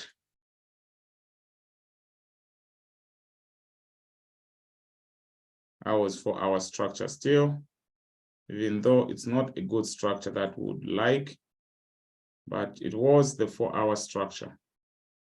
Then price created this lower low right here, and it was a 4 hour structure. And then from there, we became bullish on 4 hours. And you can almost see how you can even take a trade on 4 hours. Let me show you before we start looking at the bullish market. So if you are considering this to be your lower high, this to be your lower low, you can bring your gun box from that high to this low and wait for price to get into your premium zone. So if you had identified an extreme zone, as we'll be looking at once we start looking at supply and demand, you identify your zone right here, quite right. Look at how you would have taken that trade. So this, so meaning that you don't have to wait again for a daily structure for you to get a trade. You can still take a continuation on what? On 4 hours. And that will be a nice trade, 1 to 7 right there. So that's how just understanding and, you know, combining time frames really helps you to remain on the right side of the market. So here we had a pullback. This is 200 points, which is okay for 4 hours. Although it's not that kind of a pullback that would like, but it is, and it doesn't come into these areas. It's okay, all right? Because if we wait for it to come back, it may never come back, and that's the agony of trading. Yeah. Okay, so from here all the way to that high, it's one push. All right, so this is where we had our high, and let's see if this was 200 points. Okay, so that's about 216 points or 60 points, I don't know. So that was for our structure. This was clear for our structure. But if we are having this kind of a 4-hour structure, meaning that on M15, all right, if we go on M15 or H1, we'll still catch this move, all right, even this one right here, because you can see here, we even had this zone right here, which was a nice zone, and it was a nice buy that happened. It's a nice buy, meaning that on lower time frame, we'll still look for lower time frame confirmation. Okay. And here we have a break to the upside. And then what happens?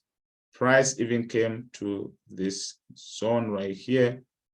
As you can see, we even had this move, which on the lower time frame will still catch some lower time frame confirmation to catch this buy. All right, but then it failed to create this higher high, meaning that this low was weak. So what happens? Price takes it out and eventually becomes bearish. So meaning that the daily lower high has been set, right? I don't know if it's a daily higher high. So the daily higher high has been set, or the daily lower high, because daily we just broke structure to the downside on daily. So meaning that the daily lower high has been set. So that's how you begin to look at structure. So now that we have set, so now daily now is in line with the higher time frame. So H4 is now in line with the higher time frame. So we pull back, then we push to the downside. Even this one is just that it's one candle, but let's look at it on H4. That's about 200 and what? 257. So it's H4 structure. So you can still consider it, because at least it shows there was a gap, there was a consolidation, right? It's different from just one candle going up and then another black candle coming down. Right here, you can see that price tried to consolidate a bit before dropping, so meaning that it was a normal pullback. And you can see how price put back into that area on 4 hours. That was a nice selling opportunity that was caught right there. So again, 4 hour, we are bearish, we push all the way to the downside, then we pull back right here on 4 hours, all right, on H4, and we break structure to the downside again. Then what do? We pull back. Look at all these 4 hour opportunities, all these opportunities that we are having on H4. Nice opportunities. And for this one, we even had a proper confirmation on H1. So you can see lower high, lower low, lower, I mean higher high, higher low, higher high, higher low, higher high, higher low, higher high, lower low, change of character, price goes back. Nice perfect. Yeah. So these were moves that we were catching, and this was 2020, 2022. These were big moves that we were just, just smiling. All right, let's see this one. We have also nice Nice pullback right there.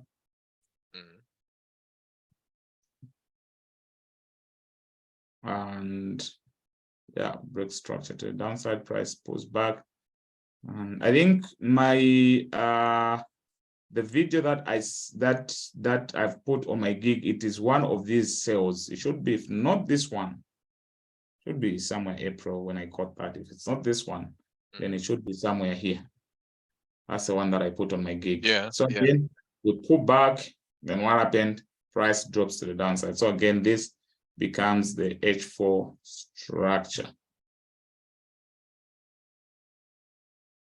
Then price pushes all the way to the downside, pulls back, another entry, plenty opportunities. So then the lower the time frame we navigate, the more opportunities we begin to find with the market.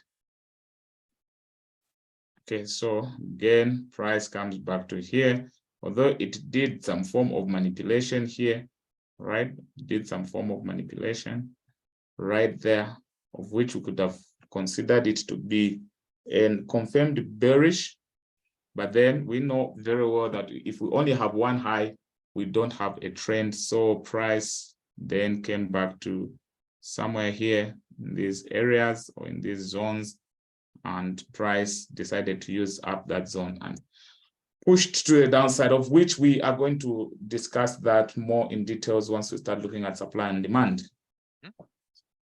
Okay, and here we break to the downside again, and then what happens? Then we create a lower low on daily the moment we break this structure to the upside. So you can even see how it's aligning itself, because we are marking these daily structures, but look at how it aligns. So H4 even confirms that now we are bullish, right, on H4, meaning that we are playing a daily pullback.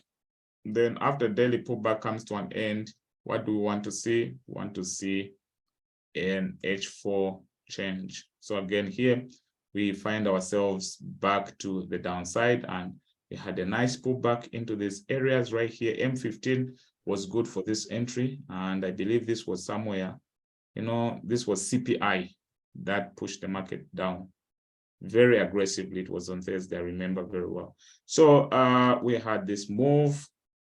Then what happened? Price continued dropping, it tanked down. Then we had this pullback down here at structure on H4.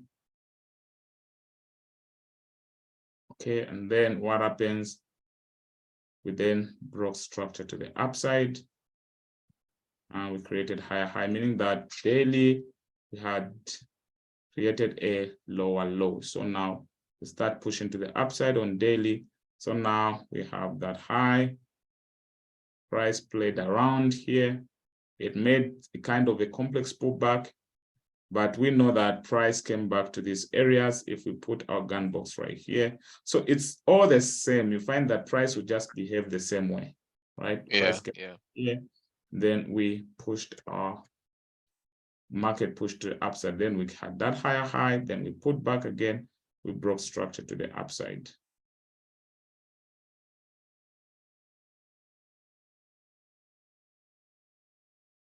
Okay, we broke structure to the upside. And then we had this higher high. We can measure this and see. That was about 290 points. Okay, 290 points, and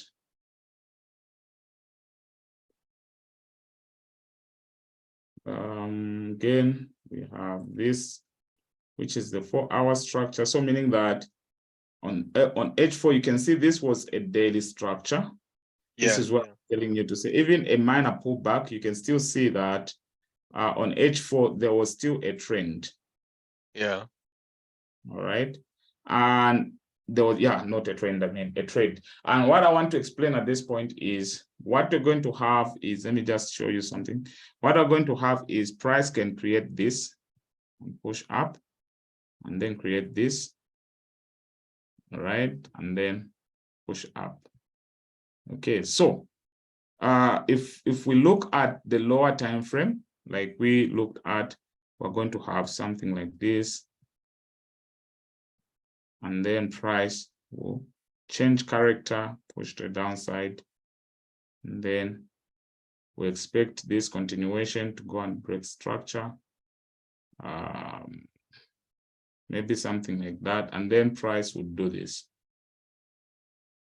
And then yeah. okay, so you find that this is the 4-hour structure that you identified right here. Let's say this was the 4-hour break of structure that you identified, but then you also identified a break of structure on daily. Let's say this was a daily break of structure. What's the time? Okay.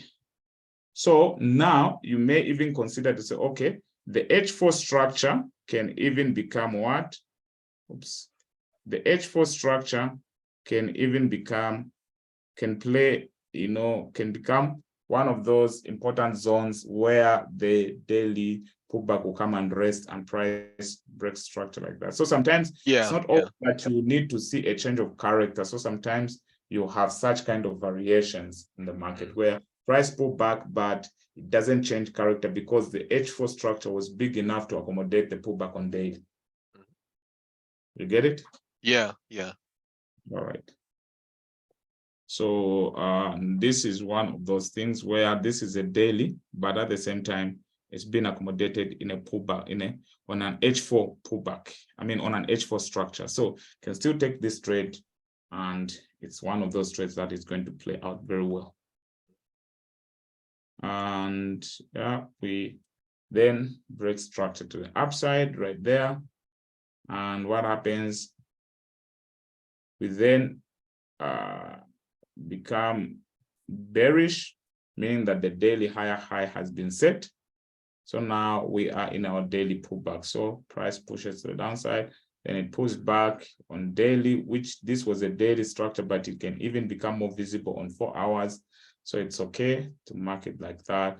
And then price pushes to the downside, it pulls back. This is an H4 structure, and we're going to consider it as such, which is 257. Right, 257, come on. And then what happens? Let's check this one. This one is also going to be H4 structure somewhere there, which is about 270.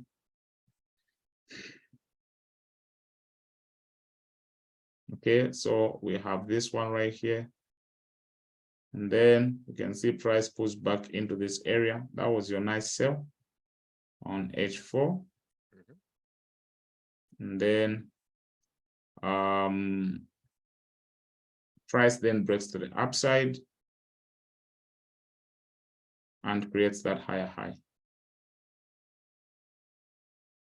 Right, then what happens? We break all the way to the downside right here, and we break structure. And then price creates this lower low, then it pulls back. Ooh, I feel tired, eh? Okay, break structure here. And we create this lower low. Okay, we can even consider this one right here. Let's see this low. Yeah, that's about 300 points. So it's 4-hour structure. So we have a break. And here we did not close above, so it's still valid. We just took the liquidity above, mitigated this area, then pushed to the downside, which is quite cool. Okay. Again, we break structure to the downside. And finally, we turned bullish right here on 4 hours, signifying that the daily lower low has been set. And now price is about to start creating a pullback on daily. And then what happens? Again, we have another change of character, which is right here.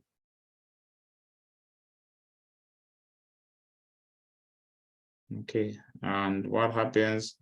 Price pushes all the way to the downside. And of course, we can consider this, although it's not one of those nice things that I would like. but it's 270. Okay, so we may even say we became bullish at this point. 4 hours became bullish at that point.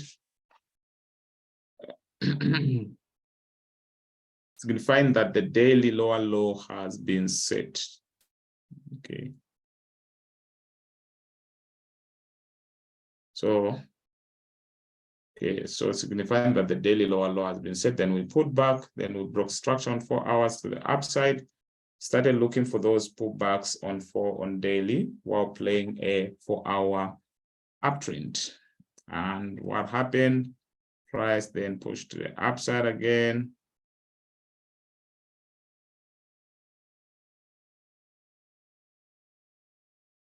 And then let's see this one. It's about 300 points, which is okay. All right, so again, we broke structure. And then what happens? Then we shift. So meaning that now we'll be looking for a continuation to the downside on daily, thinking that, okay, the daily higher high is now, lower high is holding and price pulls back right there. That was our nice entry to the downside. But then, yeah, unfortunately, it's just that it failed to take out the daily low, meaning that now this low was becoming strong. And what happened? Price then shifted and took out this high right here on 4 hours. Then we became bullish on 4 hours. And then what happened? Price pushed. Then we had a pullback right here. All the way from that high, we put back, made a complex pullback to this low. And what happened? We then broke structure, created that higher high on 4 hours. Then we became bearish, meaning that the higher high on 4 hours has been set.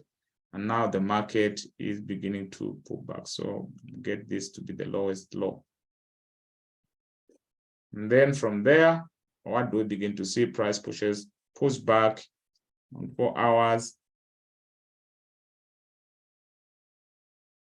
And then after 4 hours, then what happened? We pull back, we sell again on 4 hours, facilitating a pullback of a daily structure.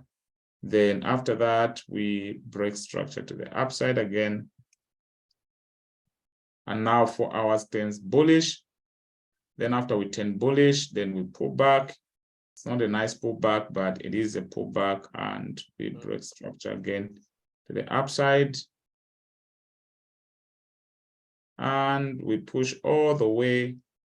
We pull back. This is not one of those nice pullbacks, but it is what it is. Sometimes the market will give you. Yeah, but would you consider this as a pullback, even if it's just a wick? Okay, yeah. In this situation, because before you said you want to see 2 candles. Yes, this is why you have something like 2 candles, but they don't close down there. Yeah. Just wait before you say anything. I'm looking at this range here. Yeah. That's the reason why I consider this to be a pullback, because I'm looking at this range, because price does not just drop and then go up again with one candle. It decided to range before it pushes to the upside. Okay. I see. Yeah, that's why I'm considering it as a pullback. But if it was just like price pushes to the downside, upside, then pulls back with one candle and then closes with the same candle to the upside, that will not be a pullback. Okay, but here you can see from this low right here, right? Price created that high, then it came down, right? Then tried to close above, then again pushed to the upside, then came down and started playing around here, created this low, then pushed to the upside. Then to me, that's a pullback. You get it? Yeah. All right. Yeah. So that's a pullback. And again, let's see this one here. Of course, this is 126, so it doesn't even qualify to be our pullback. We leave it out, then we break structure right here. Then after we break structure, price creates that higher high, we pull back. Then we break structure right there. Then we create that higher high, then we pull back and we break.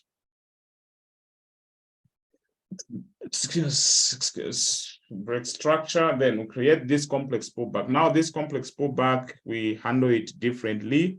So we're going to say this is internal structure. So we're going to say IBOS or MBOS. Can either choose internal break of structure or minor break of structure, like I, then you put this hyphen BOS, right? You can do that, or you can use MBOS, or you can just use BOS, right? Yeah, So yeah. if you're using time, like here, like the one that I'm using time for H4, I'm using H4 for H, then I'm using M15, I'm using M15, then here you can just use BOS to show that it's different structure that you're dealing with, like this. Let's say BOS like that. You get it? So that you know that, okay, I'm dealing with internal structure. It's not the main structure, it's structure, but it's internal structure, so that you don't confuse yourself with this kind of a structure versus this kind of a structure. You get it? Yeah. So again, here, it doesn't matter. You don't even have to start measuring the amount of pips, but here, the minimum number of pips that you can consider is 150, right? That's the minimum.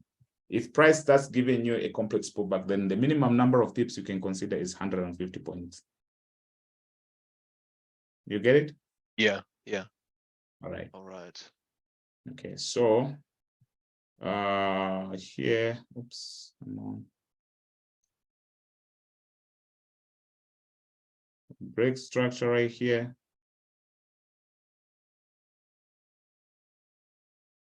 And then we become unconfirmed bullish after we took out that high. Tended to mitigate something in these areas, then price continued to the downside. And then we, oh, not 4 hours, BOS. So right here, we took this low. So you can see this low was taken out right here. All right, so it was taken out right there. And we could even consider this to be an H4 reversal, which then makes this to be our daily high, right? Because now we took out this low, right here. So that also means that this daily high is now our new target if we turn bullish. Exactly.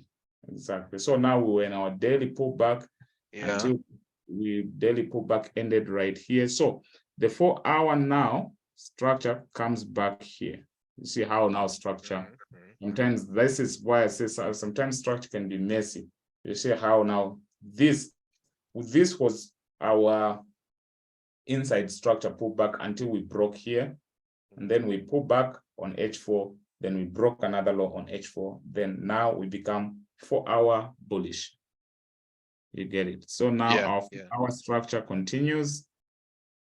All right, and our target is to go and take out that daily high, which it did.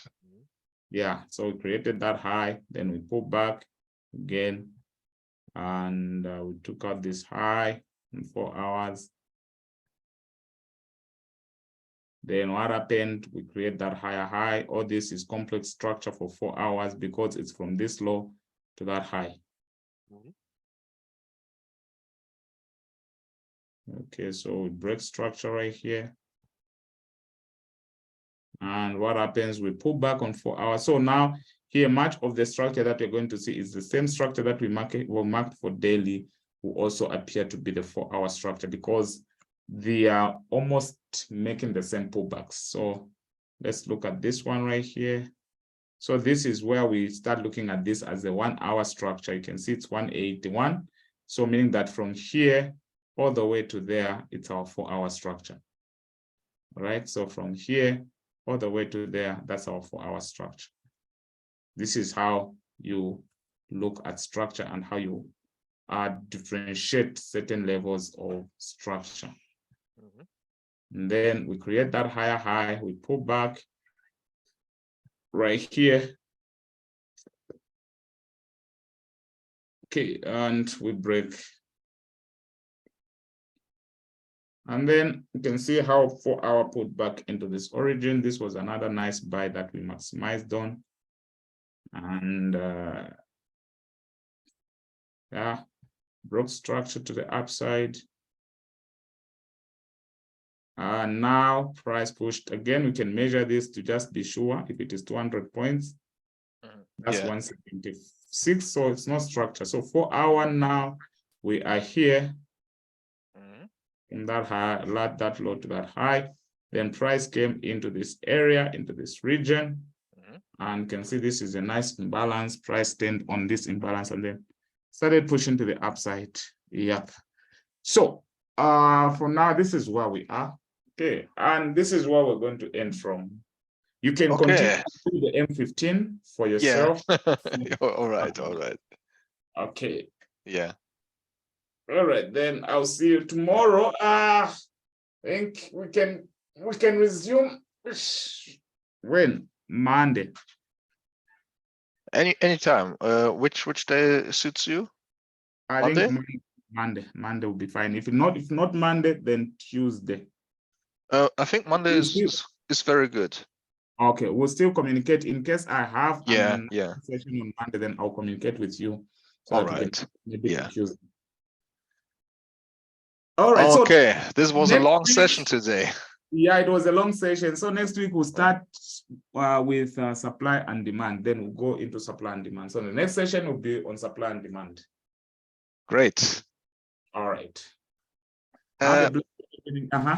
Yeah. One last question. Did you take a trade today? Because you wrote to me that you saw this opportunity, but you was not. Tagged in, or today I've taken 2 trades. I took a sell that was on 1 minute. Oh, nice. On 1 minute, I sent a screenshot. I also took another buy, which is happening right here. This buy from, this one. Let me take it to M15. This buy. Yeah, I saw this. Yeah, so if you take it to M1, there was price came to an area of interest. All right, price came to an area of interest. Then you can see we had a change of character here. So we had a low, then we took a high, then price came back to this area. Though I didn't catch it here, I think I caught it somewhere here. Somewhere there. Okay, so that's a buy that I'm in. Yeah. And so far it has moved from my entry. How many points has it moved? It's about 80 points from my entry. But if I'd taken it from down here, let me take it M5. If I'd taken it from down here, because I hesitated taking it from here, so it would have been 123. And I'm playing an M15 pullback, so I'm quite aware of the structure. So I don't expect it because NFP data says there should be jobless claims came out positive. The one that sponsored the move to the downside. So knowing this, we may expect a positive NFP, which may push the market to the downside. So looking at structure, we are already bearish. All right, we took out this low. So I'm playing a pullback.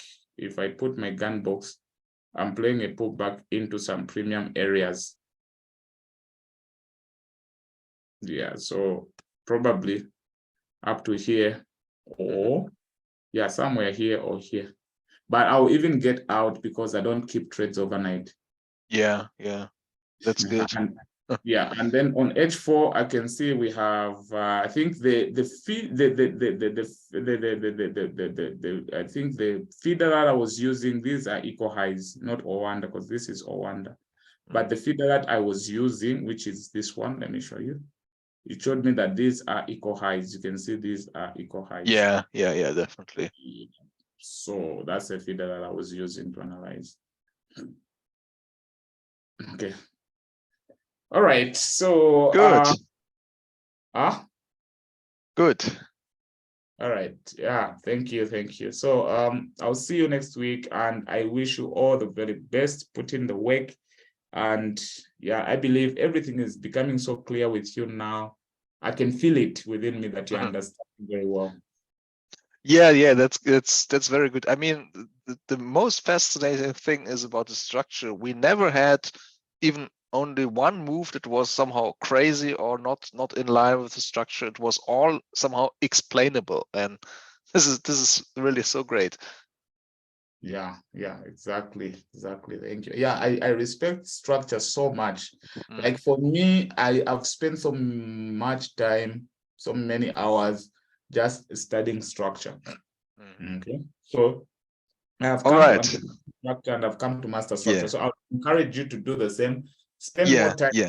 At least most of your time, 7% of your time should be spent on understanding market structure.